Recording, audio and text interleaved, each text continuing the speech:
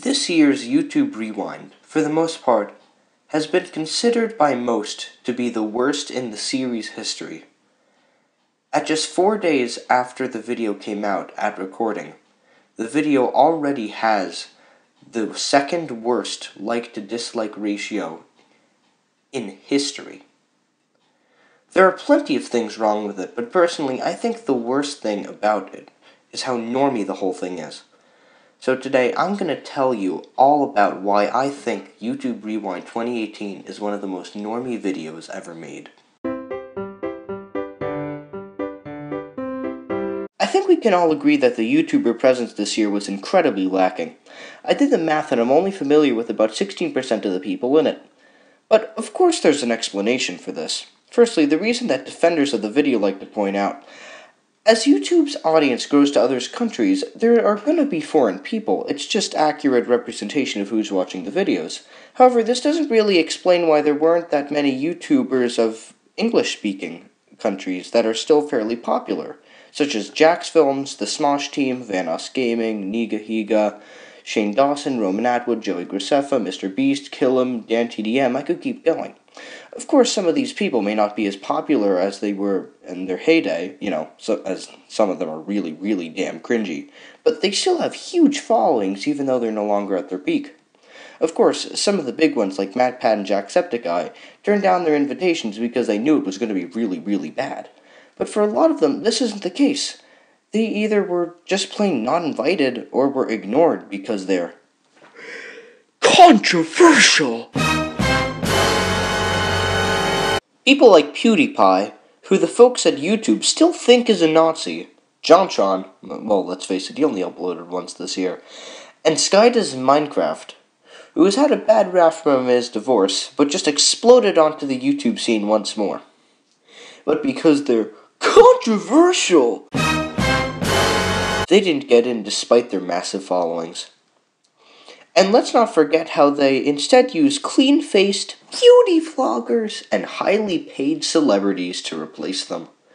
So, how does all of this apply to normiedom? Well, it's simple. By filling the video full of inoffensive, blank smiles, they're able to satisfy the ignorance masses and totally alienate anybody with a functioning brain who they assume to be very few. In fact, I'm sure that these foreign YouTubers that they used to be more inclusive are the same story, and that there are others from their own countries that are somehow too controversial, which really means that they're too satirical for the ad revenuers to be dealing with, for them to use. After all, they don't want to lose their money.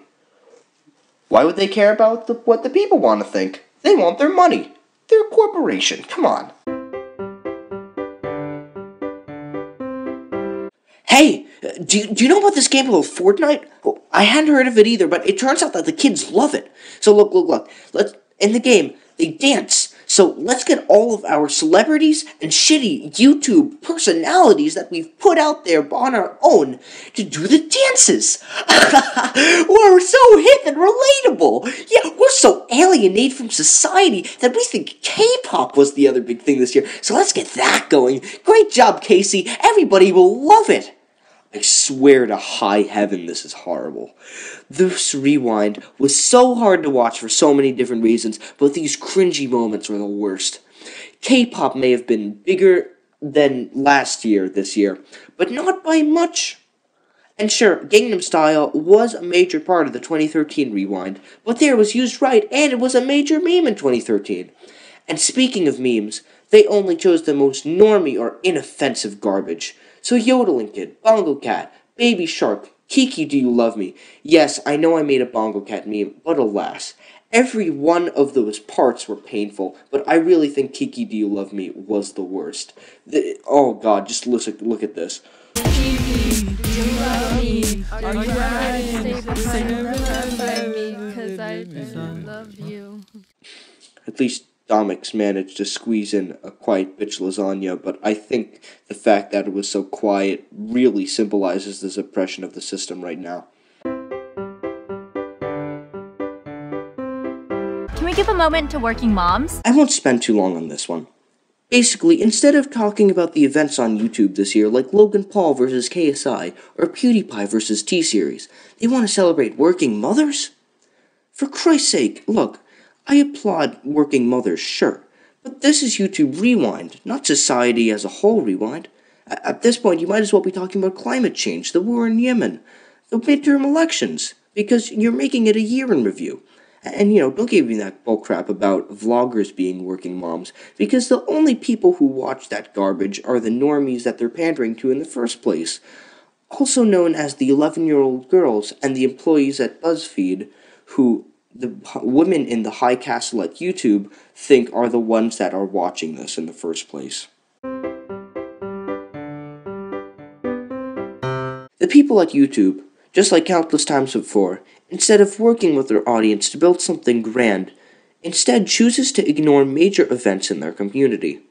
Of course, I understand that meme culture is difficult to work with and understand, especially if you're a 35-year-old woman or older, but the whole point of this year's Rewind was to give people what they wanted, and that failed horribly.